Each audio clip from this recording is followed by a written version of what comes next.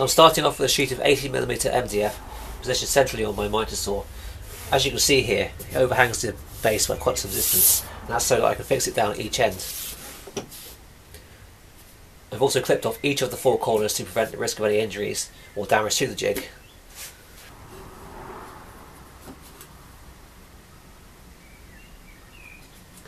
All I'm doing now is to mark out roughly where the overhang is, so that I can look at drilling some holes to fix this jig to my mitre saw station.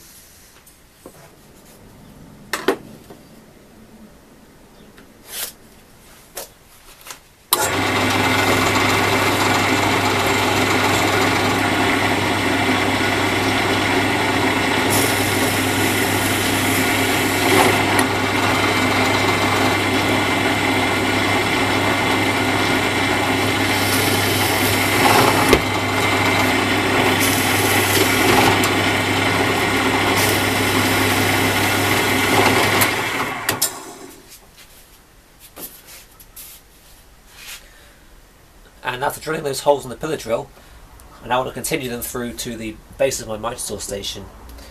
I'm going to clamp it in place first, like so, and hopefully those pre-drilled holes will give me sufficient guidance to keep this drill fairly accurately and square.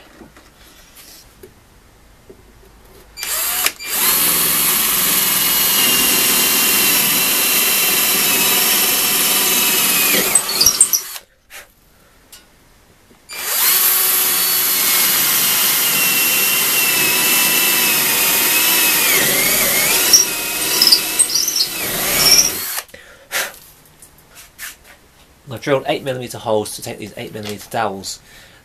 If you have sufficient clearance beneath the mitre saw station, you could always just bolt them on, I guess, but I'm hoping this will be much quicker and more efficient for removing and fitting the jig.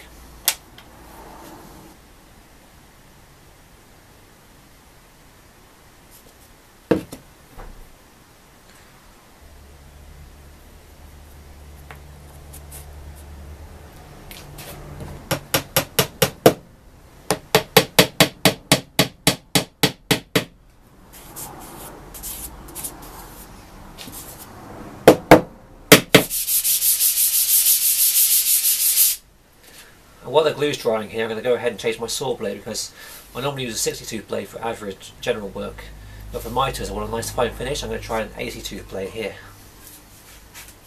It's important when you make a jig like this to use the blade you're going to use to make the final cuts here. So the next thing I want to do here is going to be to make a shallow saw cut along this face here.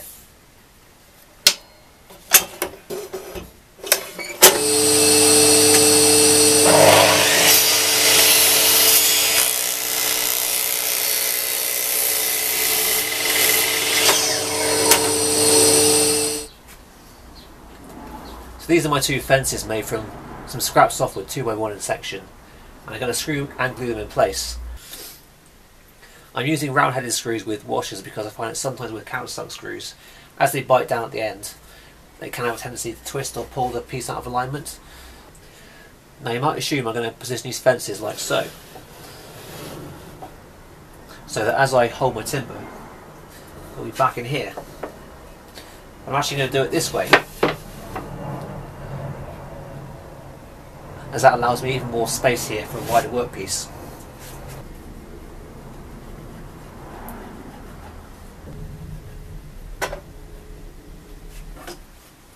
I've cut a piece of scrap wood to fit tightly in the saw kerf. I'm going to take the ruler out of my combination square and use this as a guide to set it at 45 degrees.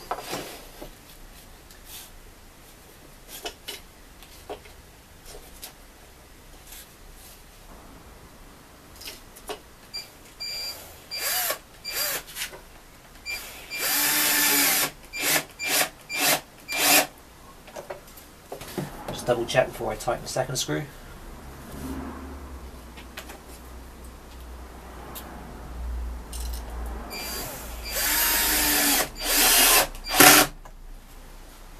This second fence must be a perfect 90 degrees to the other one, so to check that I'm going to use my 6-inch engineer's square, which is the most accurate square I have in my workshop.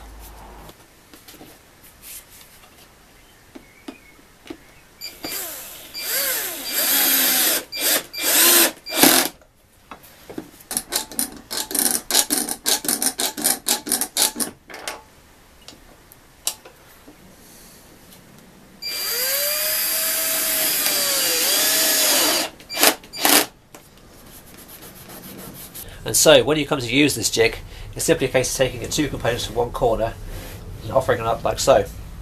So even if this fence is out on 45 degrees on either side, you've got a perfect 90 here. That's going to give you a perfect mitre joint.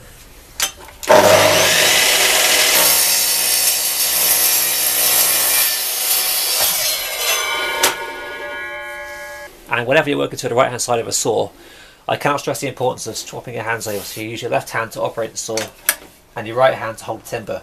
Do not cross your hands. It's a bad technique and a bad practice.